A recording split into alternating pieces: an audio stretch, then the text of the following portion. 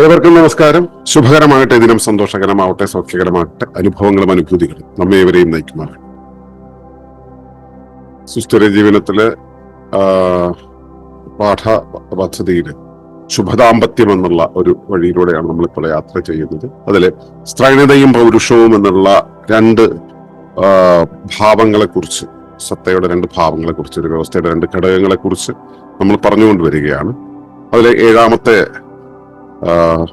പാഠം ഇതാണ്, സ്ത്രീ പുരുഷ അനുപാതം. അതിനെക്കുറിച്ച് നമ്മൾ പലതവണ സംസാരിച്ചിട്ടുണ്ട്. ഇവിടെ പറയുന്നത് ഇങ്ങനെ: The ratio of femininity and masculinity determines the level of peace and sustainability in an organic system. സ്ത്രീ പുരുഷ അനുപാതം സ്ത്രൈണതയ്ക്ക് വൃത്താകാരവും പൗരുഷത്തിന് രേഖീയതയും ആണുണ്ടാകുക. വൃത്താകാരം ആവർത്തനങ്ങളിലൂടെ സുസ്ഥിരതയെയും രേഖീയത ബഹിർഗമനത്തിലൂടെ വിസ്ഫോടനത്തെയും പോഷിപ്പിക്കുന്നു. ഇവ രണ്ടിന്റെയും സമതുലിതമായ മേളനമാണ് ഒരു ജീവസത്തയുടെ ജീവിത സൗഖ്യത്തെ നിർണയിക്കുന്നത്. ഇവിടെയുള്ള ഓരോ സത്തയും വൃത്ത രേഖീയതകളുടെ ഒരു സ്ത്രീ പുരുഷ അനുപാതം സൂക്ഷിക്കുന്നു. ഒരു സത്തയിലെ സ്ത്രീത്വം അഥവാ താളം കൂടുമ്പോൾ പൗരുഷം അഥവാ യുക്തി കുറയുന്നു. ഒരു സത്തയിൽ നിലനിൽക്കുന്ന ഇവ രണ്ടും എപ്പോഴും വിപരീത അനുപാതത്തിലായിരിക്കും. ഇവയുടെ സാമാന്യമായ ഒരു തുലനതയിൽ മാത്രമേ അവരുടെ വ്യക്തിത്വത്തിന് ആന്തരികവും ബാഹ്യവുമായ ചുറ്റുപാടുകളുമായി നീതി പാലിക്കാൻ കഴിയുകയുള്ളൂ.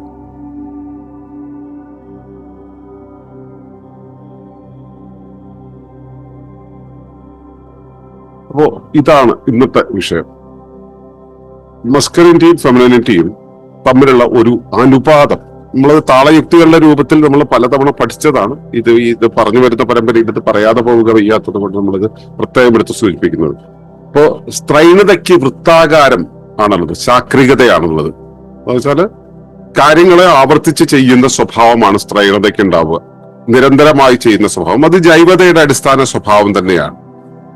അപ്പോ ആ ജൈവതയുടെ അടിസ്ഥാനമായിട്ടുള്ള ആ ആവർത്തന പ്രക്രിയ സുസ്ഥിരതയിലേക്കാണ് നമ്മളെ എത്തിക്കുക എന്ന് വെച്ചാൽ നമ്മൾ സുസ്ഥിരത വെച്ചാൽ നിലനിന്ന് പോകുന്ന ഒരവസ്ഥയാണല്ലോ. ആ നിലനിന്ന് പോകുന്ന ഒരവസ്ഥയിൽ തന്നെ ആയിരിക്കാൻ അത് നമ്മളെ പ്രേരിപ്പിച്ചുകൊണ്ടിരിക്കും, അല്ലെങ്കിൽ അതിൽ നമ്മളെ നിലനിർത്തും. സുസ്ഥിരത എന്നുള്ള അവസ്ഥയിൽ നമ്മളെ നിലനിർത്തും. അതേസമയം പൗരുഷത്തിന് രേഖീയതയാണ് ഉണ്ടാവുക. രേഖീയത എന്ന് പറയുമ്പോൾ ക്രമത്തിൽ ഇങ്ങനെ പോകുന്ന ഒരവസ്ഥ. അപ്പൊ രേഖീയതയുടെ പ്രത്യേകത എന്ന് വെച്ചാൽ അത് നമ്മളിപ്പോ ഒരു വടി എടുത്തിട്ട് നമ്മളൊരു ബാഗിനകത്ത് സൂക്ഷിക്കാൻ കഴിയില്ലല്ലോ. അത് ഇങ്ങനെ എപ്പോഴും വെളിയിലേക്ക് ഇങ്ങനെ തിരിഞ്ഞു നിൽക്കും, നമുക്ക് ചുരുട്ടി വയ്ക്കാൻ കഴിയില്ല. അതുപോലെ നമുക്ക് രേഖീയമായിട്ടുള്ള ഒരു അവസ്ഥ എന്ന് പറയുന്നത് ഒരു വ്യവസ്ഥയുടെ ആ പ്രാദേശിക അവസ്ഥയിൽ നിൽക്കില്ല. രേഖീയമായിട്ട് പോവാന്ന് വെച്ചാൽ അത് നേരെ ഇതിന്റെ എന്താ പറയുക പരിധികളെല്ലാം കവിഞ്ഞ് വെളിയിലേക്ക് അത് പോകും.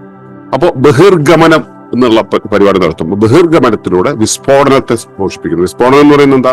പൊട്ടിത്തെറിക്കുന്നത്, ഈ ചിതറിപ്പോകുന്നത്, ഇതിന്റെ ഇപ്പോഴുള്ള സത്തയുടെ ഘടകത്തെ അതല്ലാതാക്കി മാറ്റുന്നത്, ആ വിസ്ഫോടനം എന്നുള്ളൊരു അവസ്ഥയെ പോഷിപ്പിക്കുന്നു. അപ്പോ സ്ത്രൈണത എന്ന് പറയുന്നത് വൃത്താകാരത്തിലൂടെ ആവർത്തനത്തിലൂടെ സുസ്ഥിരതയെയും, പൗരുഷം എന്ന് പറയുന്നത് രേഖീയതയിലൂടെ ബഹിർഗമനത്തിലൂടെ വിസ്ഫോടനത്തെയും പോഷിപ്പിക്കുകയാണ് ചെയ്യുന്നത്. അപ്പൊ ഇവ രണ്ടിന്റെയും സമതുലിതമായ മേളനമാണ് ഒരു ജീവസത്തയുടെ ജീവിത സൗഖ്യത്തെ നിർണ്ണയിക്കുന്നത്. ഇത് രണ്ടും ഒരിടത്ത് തന്നെ ഉണ്ട് എന്നുള്ളതാണ് പറഞ്ഞു വന്നത്. പലതവണ നമ്മളത് സംസാരിച്ചിട്ടുള്ളതാണ്. ഈ രണ്ടും, അത് സ്ത്രൈണതയും പൗരുഷവും, വൃത്താകാരവും രേഖീയതയും രണ്ടും ഒരു സത്തയിലുണ്ട്. ഇവ തമ്മിലുള്ള ഒരു അനുപാതമുണ്ട്. ഇവയുടെ ഒരു 50-50 അത് സത്ത വളരെ ബാലൻസ്ഡ് ആയിട്ട് പോകും. അതേസമയം അത് 50-50 അല്ല, അതിന് വ്യത്യാസം ഉണ്ടെന്ന് വെച്ച് കഴിഞ്ഞാൽ സ്വാഭാവികമായിട്ടും അതിനനുസരിച്ചുള്ള ക്രമങ്ങൾ ഉണ്ടായിക്കൊണ്ടിരിക്കും. അതിനനുസരിച്ചുള്ള പ്രവർത്തന ക്രമങ്ങളിൽ പ്രത്യേകതകൾ കാണാൻ കഴിയും. അപ്പോ ഒരു സത്തയുടെ ജീവിത സൗഖ്യത്തെ നിർണ്ണയിക്കുന്നത് ഈ അനുപാതമാണ്, സ്ത്രൈണ പൗരുഷങ്ങളുടെ അനുപാതമാണ്, അല്ലെങ്കിൽ താളയുക്തികളുടെ അനുപാതമാണ്. ഇവിടെയുള്ള ഓരോ സത്തയും വൃത്തരേഖീയതയുടെ ഒരു സ്ത്രീ പുരുഷ അനുപാതം സൂക്ഷിക്കുന്നു. ഞാനിപ്പോ പറഞ്ഞത് തന്നെ കൃത്യമായൊരു അനുപാതം അത് സൂക്ഷിക്കുന്നത്. ഒരു സത്തയിലെ സ്ത്രീത്വം അഥവാ താളം കൂടുമ്പോൾ പൗരുഷം അഥവാ യുക്തി കുറയുന്നു. അതാണ് അതിന്റെ പ്രത്യേകത. യുക്തി കൂടുന്ന സമയത്ത് താളം കുറയും, സ്ത്രൈണത കൂടുന്ന സമയത്ത് പൗരുഷം കുറയും. അപ്പൊ ഇവ ഈ വിധത്തിലാണ് അനുപാതക്രമം സൂക്ഷിക്കുന്നത്. ഒരു സത്തയിൽ നിലനിൽക്കുന്ന ഇവ രണ്ടും എപ്പോഴും വിപരീത അനുപാതത്തിലായിരിക്കും. അതാണ് ഈ ഒന്ന് കൂടുമ്പോൾ മറ്റേത് കുറയാന്ന് പറയുന്നത്, വിപരീത അനുപാതം എന്ന് പറയുന്നത്. അല്ലെങ്കിൽ ഒന്ന് കൂടുമ്പോൾ മറ്റേത് അനുസരിച്ച് കൂടുക എന്നുള്ള അനുപാതം അല്ല, വിപരീത അനുപാതം ഒന്ന് കൂടുമ്പോൾ മറ്റേത് കുറയും. അപ്പൊ ടോട്ടൽ വിൽ ബി സെയിം. അപ്പോ 100% എന്നുള്ള ആ ഒരു കണക്ക് വെച്ച് നമ്മൾ പറയുന്ന സമയത്ത് 50 പ്ലസ് 50 100. ഇനി അടുത്തൊരു പോസിബിലിറ്റി ഇപ്പൊ 40 and 60 40 60 100 എന്നുള്ള രീതിയിൽ ആ താളയുക്തികളുടെ ആ ഒരു ക്രമത്തിൽ വ്യത്യാസം ഉണ്ടാവും. ഇവയിലെ സാമാന്യമായ ഒരു തുലനതയിൽ മാത്രമേ അവരുടെ വ്യക്തിത്വങ്ങൾക്ക് ആന്തരികവും ബാഹ്യവുമായ ചുറ്റുപാടുകളുമായി നീതി പുലർത്താൻ കഴിയുകയുള്ളൂ എന്നുള്ളതാണ് പിന്നീട് പറയുന്നത്.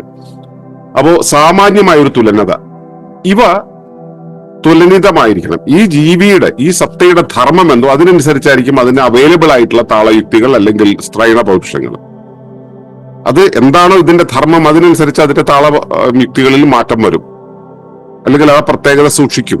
അത് ശരിയാണ്. പക്ഷെ ഇവ തുലനിതമാകുന്ന ഒരവസ്ഥയിൽ അത് എങ്ങനെയാണോ ബാലൻസ്ഡ് ആയി നിൽക്കുന്നത് അതിനനുസരിച്ചാണ് അതിന്റെ ആന്തരികവും ബാഹ്യവുമായിട്ടുള്ള ആ ചുറ്റുപാടുകളുമായിട്ട് അത് കണക്ട് ചെയ്ത് നിൽക്കാൻ അത് കഴിയുക.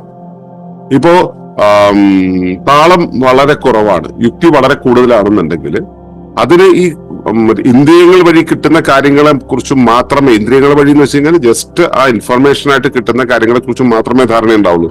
അനുഭവങ്ങളെ കുറിച്ച് മനസ്സിലാവില്ല, അനുഭൂതികളെ കുറിച്ച് മനസ്സിലാവില്ല. അപ്പോ ആന്തരികവും ബാഹ്യവുമായിട്ടുള്ള ചുറ്റുപാടുകളുമായിട്ട് കൃത്യമായി നീതി പുലർത്താൻ കഴിയില്ല. അതേസമയം താളം വളരെ കൂടുതലാണെന്നിരിക്കട്ടെ, ആന്തരികമായിട്ടുള്ള അവസ്ഥയെക്കുറിച്ച് മാത്രമേ മനസ്സിലാവുള്ളൂ, പുറത്ത് എന്ത് സംഭവിക്കുന്നു എന്നുള്ളതിനെ കുറിച്ച് ഒരു പിടിയും ഉണ്ടാവില്ല. അപ്പോൾ ഇത് രണ്ടും ബാലൻസ്ഡ് ആയി നിൽക്കുന്നു. എത്രത്തോളം ബാലൻസ്ഡ് ആയി നിൽക്കുന്നു അതിനനുസരിച്ചാണ് അതിന് ആന്തരിക ലോകത്തോടും ബാഹ്യ ലോകത്തോടും ഒരുപോലെ നീതി പുലർത്താൻ കഴിയുക, ഒരുപോലെ മുൻപോട്ട് കൊണ്ടുപോകാൻ കഴിയുക. അപ്പോ ഇതാണ് നമ്മുടെ സ്ത്രീ പുരുഷ അനുപാതത്തെ കുറിച്ച് പറയാനുള്ളത്. അപ്പൊ ഇവയുടെ ഒരു സമതുലിതമായിട്ടുള്ള ഒരു അവസ്ഥ നമുക്കുണ്ടായേ പറ്റൂ. ഉണ്ടാകുന്നിടത്താണ് അത് വിജയകരമായിട്ട് പ്രവർത്തിക്കുക എന്നുള്ളതാണ് പറയാനുള്ളത്. അപ്പോ സ്ത്രൈണ പുരുഷങ്ങളുടെ ഒരു പരമ്പരയിൽ ഇന്നത്തെ വിഷയം സ്ത്രീ പുരുഷ അനുപാതമാണ്. അനുപാതം എങ്ങനെ പ്രവർത്തിക്കുന്നു എന്നുള്ളത് നിരീക്ഷിക്കാൻ നിങ്ങൾക്കുള്ള ശേഷി വർദ്ധിക്കട്ടെ എന്ന് പ്രാർത്ഥിക്കുന്നു. നന്ദി, നമസ്കാരം. ഈ വിഷയം ഇഷ്ടമായെങ്കിൽ ഒന്ന് ലൈക്ക് ചെയ്യുക, കമന്റ് ചെയ്യുക, ഷെയർ ചെയ്യുക. നിങ്ങൾ പ്രകൃതിയെ ഇഷ്ടപ്പെടുന്നുവെങ്കിൽ ഈ ചാനൽ സബ്സ്ക്രൈബ് ചെയ്യുക.